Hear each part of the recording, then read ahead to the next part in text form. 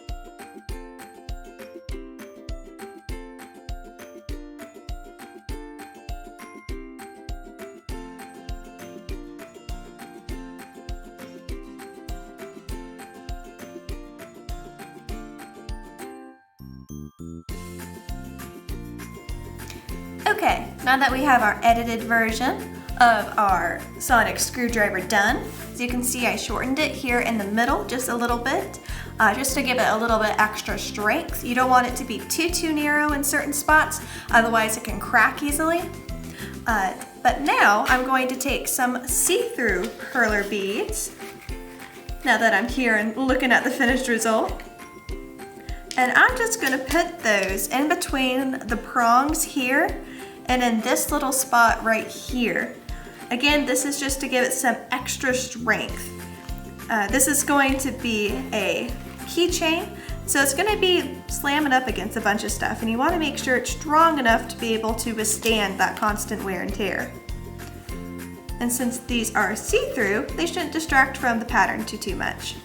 Also, I highly recommend listening to an audiobook or podcast, something along those lines, while doing Perler bead projects. They make the time pass a lot more pleasantly. There's that bottom part added onto.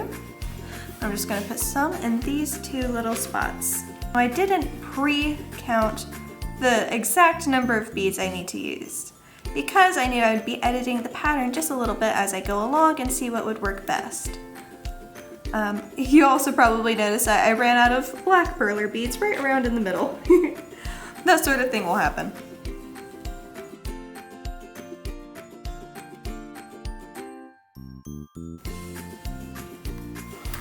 Okay, and there we are. You can still see the design perfectly clear.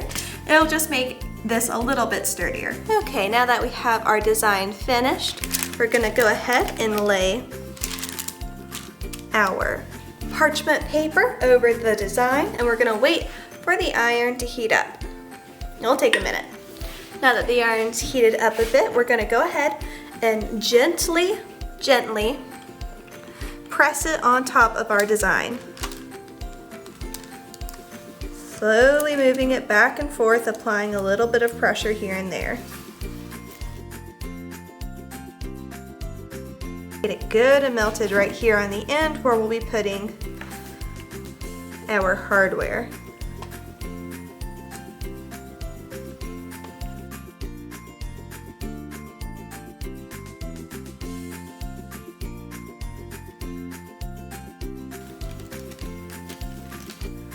Now ideally, you'll never pick up the paper until it's fully melted together. However, I kind of missed this top area, and I want to make sure I get everything nice and melted together. Now we're going to let it cool for a little bit, and I will see you guys in just a minute. And we're back.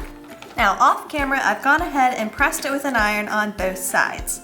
This isn't strictly necessary, but it does help bind the perler beads together just a little bit better.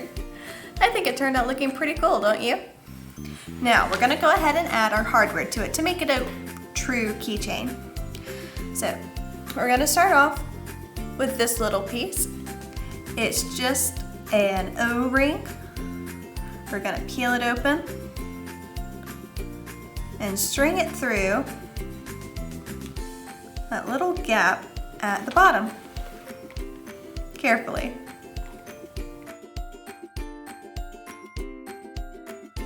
And we're twisting until it's nice and even through. There we go. Now we can go ahead and connect our little clippy. It's just a little crab claw clip. We're just gonna wrap it through that O-ring again.